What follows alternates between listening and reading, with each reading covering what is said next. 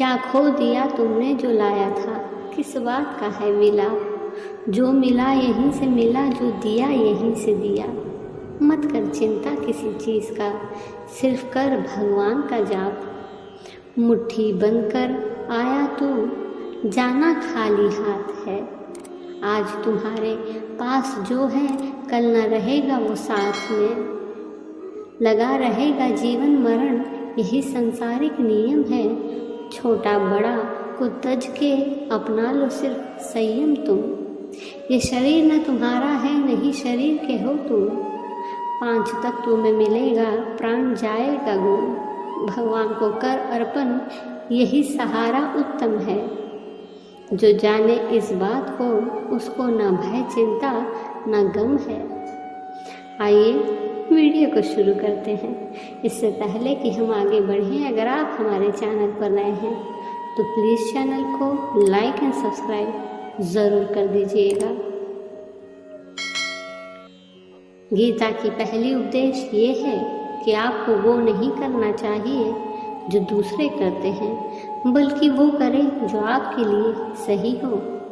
श्री कृष्ण ने अर्जुन से कहा कि जो तुम्हारा कर्तव्य है, जो तुम्हारे लिए उचित है, जो करना चाहिए वो करो। दुनिया जो कर रही है वो काम मत करो।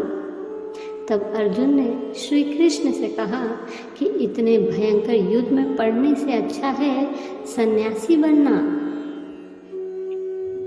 इस पर श्री कृष्ण अर्जुन से कहते हैं कि सन्यासी बनना तुम्हारा कर्तव्य नहीं है, यह तुम्हारा धर्म नहीं है।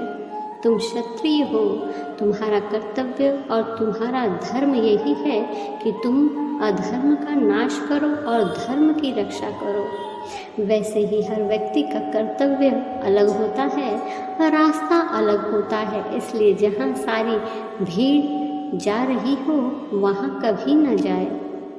जो सारी दुनिया करती है वो काम कभी न करे।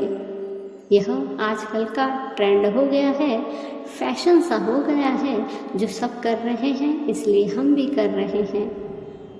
भीड़ जो कर रही है, अगर आप भी वही करेंगे तो आप भी इसमें कहीं खो जाएंगे। लेकिन अगर आप वही करेंगे जो आपके लिए सही है, आपकी प्रतिभा है, तो आपको दुनिया की पूरी भीड़ में सबसे अलग नज़र आते देर नहीं लगेगी। गीता का दूसरा उपदेश जीवन में अपने ही धोखे देते हैं, क्योंकि वे आपकी कमज़ोरी जानते हैं। बाहर वाला आपको धोखा नहीं दे सकता, क्योंकि वह आपके बारे में नहीं जानता कि आपको कहाँ चोट लगती है। लेकिन जो आपका अपना है, आपका खास है, वो बहुत गहराई से जानता है कि आपकी कमज़ोरी क्या है, आपको कैसे नीचा दिखाया जा सकता है, कैसे चोट पहुंचाया जा सकता है। ये कलयुग है, इसमें हमें बाहरी लोगों से नहीं, जो हमारे अपने हैं उनसे ही सावधान रहना होता है।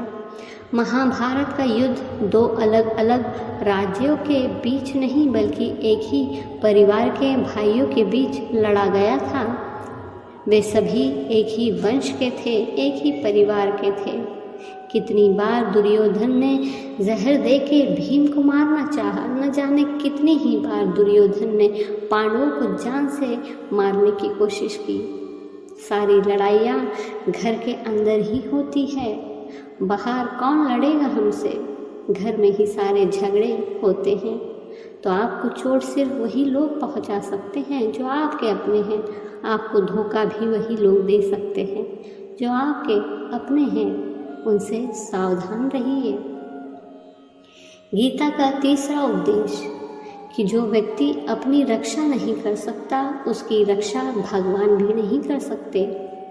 श्री कृष्ण ने अर्जुन से कहा, अर्जुन तुम प्रतिपाल मेरा स्मरण करते रहो और युद्ध भी करते रहो। अर्जुन ने श्री कृष्ण से पूछा कि ये युद्ध तो कुछ ही दिनों में समाप्त हो जाएगा केशव, लेकिन आप कह रहे हैं कि सदा मेरा स्मरण करते रहो और लड़ते रहो। सदा लड़ने का क्या अर्थ है केशव? इस पर श्री कृष्ण अर्जुन से कहते हैं कि जीवन एक युद्ध का मैदान है। इस जीवन में सुख दुख आते रहेंगे और तुम्हें इनसे डटकर मुकाबला करना होगा। श्री कृष्ण ने यहाँ ये नहीं कहा कि तुम चुपचाप बैठो और मैं युद्ध करूँगा। गीता का ज्ञान बहुत गहरा है। भगवान हमारे जीवन की डोर थाम के बैठे हैं, लेकिन युद्ध हमें ही करना है। हमें भगवान को याद करना है, भगवान से प्रार्थना करना है कि मुझे शक्ति देना, मुझे समझ देना, मुझे बुद्धि देना, ताकि मैं अपने जीवन की सभी लड़ाइयों को जीत सकूं, मैं जीवन में सही रास्ते पर चल सकूं। लेकिन अपनी लड़ाई आपको खुद ही लड़नी होगी। जो लोग कहते हैं कि हम कुछ नहीं करेंगे, भगवान सब कुछ करेंगे, कहते हैं कि ऐसे आलसी को देखकर भगवान भी डर जाते हैं। भगवान ने सद्बुद्धि दी है, प्रेरणा दी है और शक्ति भी दी है, लेकिन आपको अपनी रक्षा स्वयं करनी होगी।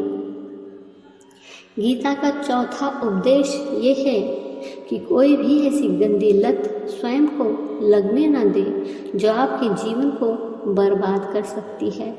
महाभारत का ये युद्ध जुए की आदत के कारण ही शुरू हुआ था। वहीं से शुरू हुआ सारा खेल। ऐसा लगा जुआ का नशा, जहाँ युधिष्ठिर ने अपने भाइयों को दांव पर लगाया, अपनी पत्नी को दांव पर लगाया, ऐसा नशा कि अपना सब कुछ गंवा बैठे। उसी तरह जब हम भी अपनी ज़िंदगी में कोई ऐसी गंदी लत लगा लेते हैं, चाहे कोई भी हो, मोबाइल की लत हो, किसी भी इंसान की हो, किसी गलत काम की हो, कोई गलत आदत हो जो आपको बर्बाद कर सकती है, अगर आप इसे नहीं छोड़ते तो आपका सब कुछ ख़त्म हो जाएगा। इससे पहले कि आपकी आदत आपको ख़त्म करे, आप अपनी गलत आदतों को ख़त्म कर दीजिए। गीता का पांचवा उपदेश ये है कि आलसी इंसान कभी कुछ हासिल नहीं कर सकता। अधिकतर लोग सिर्फ योजनाएं बनाते रहते हैं कि मुझे बड़ा घर चाहिए, मुझे बड़ी गाड़ियाँ चाहिए, मैं दुनिया घूमना चाहता हूँ, ये करना चाहता हूँ, वो करना चाहता हूँ। ये सोच हर इंसान की होती है, लेकिन उस पर मेहनत करना वो बहुत कम लोग करते हैं, क्योंकि चाहना बहुत आसान है, लेकिन उसके लिए मेहनत करना वो बहुत मुश्किल है। एक अच्छा फिट शरीर हर कोई चाहता है, लेकिन उसके लिए व्यायाम करना, एक्सरसाइज करना, वो आपको ही करना होगा। जो इंसान आलसी बन के बैठ जाता है, उसे अच्छा शरीर मिलता है और ना ही अच्छा जीवन।